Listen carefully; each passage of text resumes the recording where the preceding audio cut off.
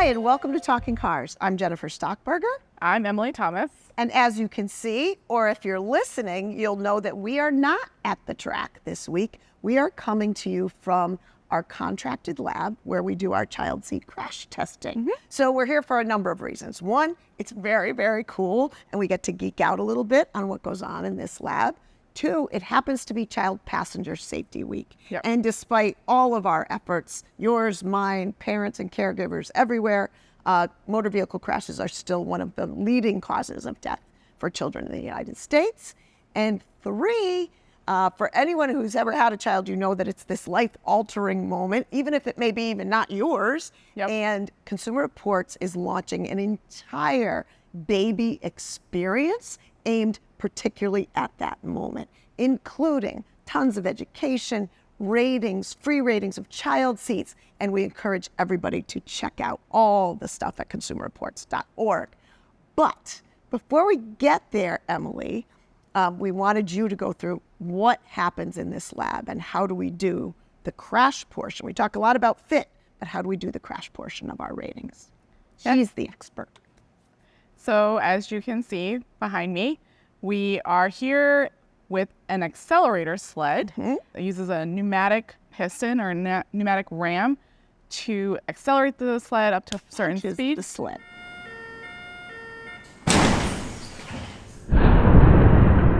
And we are recreating frontal impacts here because that's the most common crash type in the real world.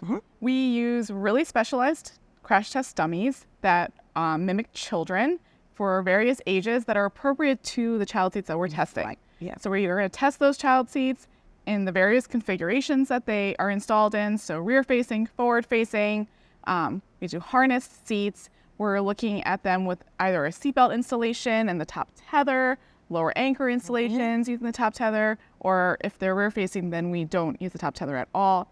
But basically we're trying to recreate how you use the car seat in the real world, but in a laboratory setting where we can have a nice repeatable pulse to give us repeatable results. And we're determining how much crash protection do these seats provide. Right. Their main role, really. And we've said, car crashes are a very chaotic event, and which is why you can't really use them to get the data from. If we're doing comparative ratings, you need the controlled environment that this lab brings. You need a controlled environment because it gives you those repeatable results. We can make sure that the acceleration pulse is exactly the same every single time. It stays within our pre-described corridors, and so we know what to expect in terms of the data. So those specialized dummies that we talked about, those little kids, they are instrumented with tons of sensors that give us head acceleration data, neck load data.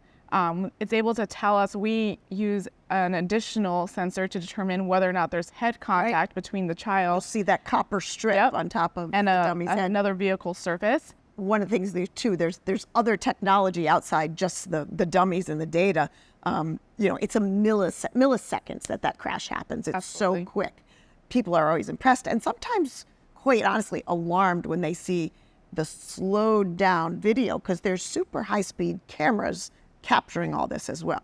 Yes, there are 4 cameras. There are 3 on the sled itself and one that's way up top overhead of the sled corridor. And these cameras are super fast, really. They're super fast, super expensive. They capture data at 1,000 frames per second, and they're able to give us that slow motion view of what's happening in those milliseconds. Right. And that slow motion view is what helps us when, people are trying to study crashes and study the lab crashes to understand how are the dummies moving, where are they coming in contact within the sled environment or within a vehicle environment. It helps us determine all the different things that are happening within the crash, because when you watch it in real time, it happens in a blink of an eye, and there's no way for you to tell what's really going on. So you need that high definition, slow-mo to really be able to determine what's going on in the crash. Yeah, and I'm always, people say, why don't, Consumer Reports, why don't you own your own sled? Well, let me just tell you, between the dummies and the calibration and the equipment and there's millions of dollars behind us. And that's not even counting the personnel that's needed and the levels of expertise to be able to run the sled and calibrate the dummies and maintain it, and all these different things. We get what we need by coming here, and we do come here for every test, so we're here a lot to get those values. The other thing we're looking for too is we get all of the injury values. That becomes our rating: basic, better, best, and we'll talk about that in a second. But we're also looking for what we call the structural integrity of the seat, and just touch on that a little bit. We have seen issues. We review every sample post-test to determine, are we seeing any structural integrity issues within the sample? Is there cracking? Is there deformation of any of the plastics or the metals, like the bars and the different latches and things like that? We want to see, how is the seat managing that crash energy, and is it doing it in such a way that is actually going to prohibit the seat's ability to protect a child in a subsequent crash event? Gets back to the chaos I talked about. Yeah. So in the real world, most crashes are multiple events. They're not just a single impact. And because of that, your child seat needs to be able to keep the child properly secured within the child seat, right, for that secondary event. Right. And it also needs to be able to stay secured to the vehicle seat. And even the modest cracking deformations are some of the reasons why in a more severe crash, you should not keep your child seat. You should get a new one, because some of those areas have been compromised. And sometimes you can't even see the damage, which is why it's important to replace your seat. The other thing that we get asked about a lot is, aren't there federal standards for child seats? And there absolutely are. There's a federal motor vehicle safety standard number 213 that says every child seat must meet minimum crash performance testing, which would be done just like this, for sale in the United States. Why then do we need a Consumer Reports, Emily, to then do our ratings of basic, better, best? What's the difference? So the way that we do that is that our test is different than the government standard. We go beyond the government regulation in terms of the seats, the sled design, and also the sled acceleration pulse. So there are three main ways in which our test is different. We use a vehicle seat as our sled test bench. Unfortunately, the government standard has not been updated yet to have a newer test. It's close. It's close, but it's not. It hasn't happened yet. I keep saying we're not there.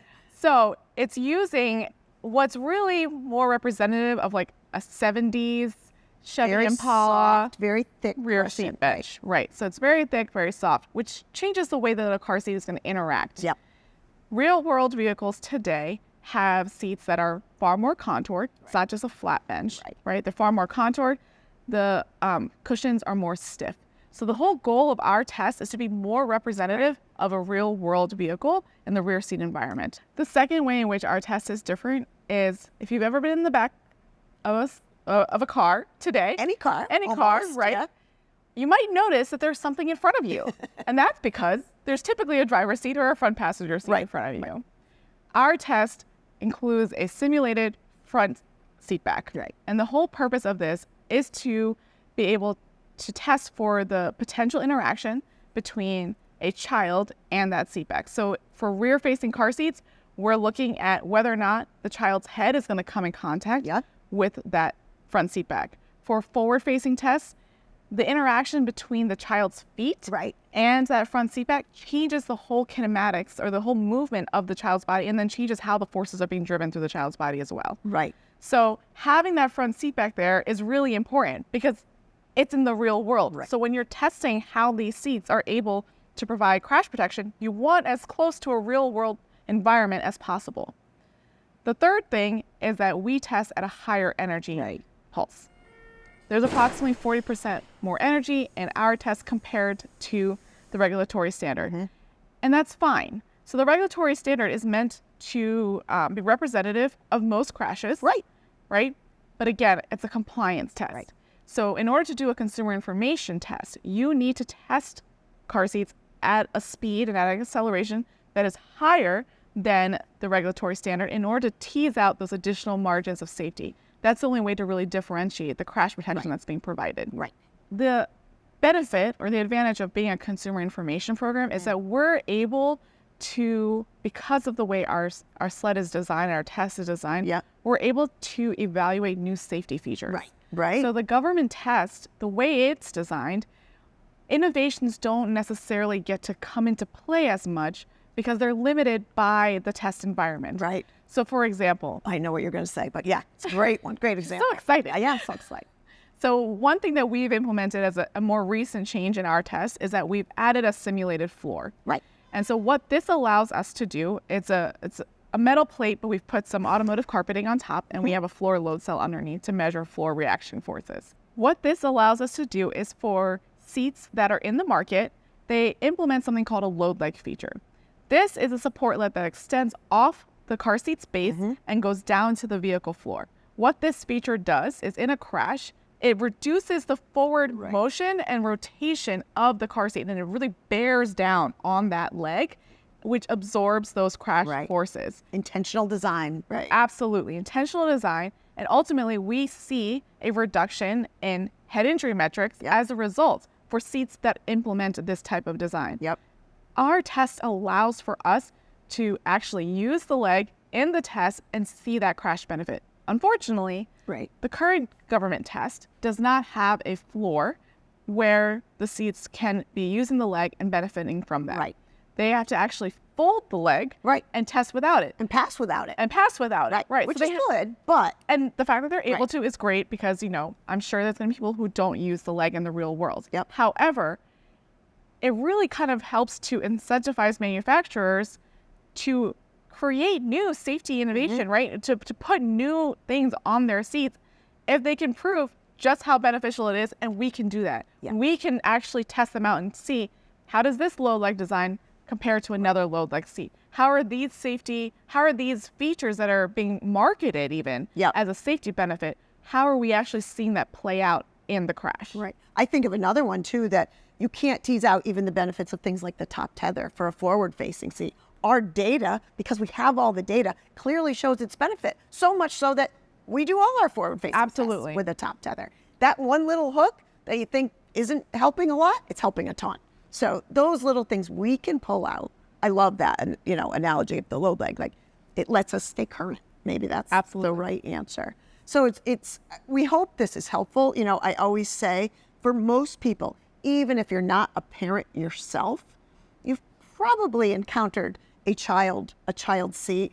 There's probably a child in your life, even if on the somewhere. periphery, that you care about. Even with a car seat, a niece, a nephew, babysat, your friends came, a grandchild, somebody where you've said, whoa, this isn't easy. So we take this crash, combine it with all the ease of use, fit to vehicle work we're doing at the track every single day, and come up with those overall score ratings for child seats. So before we leave, we wanted to leave with our 5 tips. Yep. So if you can keep these, we really cheat on the 5th one, but we'll get there. So 5A and 5B. 5A and 5B. Right seat. Yes. Height, weight, they have to be within the limits. Yes. The seat is tight. And by seat tight, we're saying to the vehicle.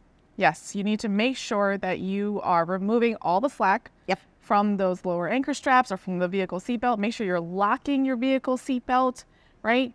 And you want to make sure that the seat installation is tight enough so that if you grab it at the belt path, like where the seatbelt is coming through or the lower anchor straps coming through with your non-dominant hand, that you should be able to pull it side to side or front to back more than an inch. Correct. It needs to be really integrated to the vehicle so it's benefiting. The term is that we're tying it to the vehicle to benefit from the crash management system. Right. Harness height.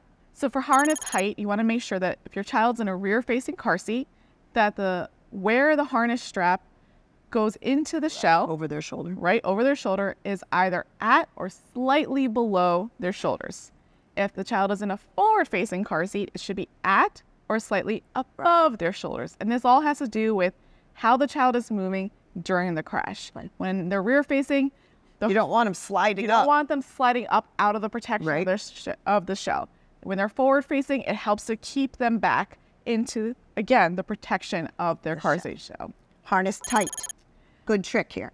Good trick. So you want to make sure that you're removing all the slack out of your harness so that when you pinch the webbing at your shoulders with your thumb and your forefinger, that you're not getting any webbing between your fingers. Right. Your fingers should just slide right off of it. It's so tight that you can't grab it, unlike my skin on my hand, apparently, but yes. Yes. So finally, the kind of cheater one, 5A, rear facing. Recline right. So for recline, When your child is rear facing, especially when they are young babies, it's incredibly important to make sure that the recline is correct. Right. Your seat likely has a bubble or some sort of line or other type of recline indicator. You need to ensure that it is properly done. Check your car seat manual.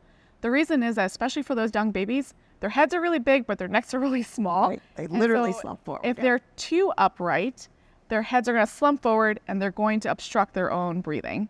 So it's important to make sure that the recline is always correct for every trip. Right. Some forward-facing seats actually have an indicator too, but it's most important for rear-facing. And finally, forward-facing. This is 5B.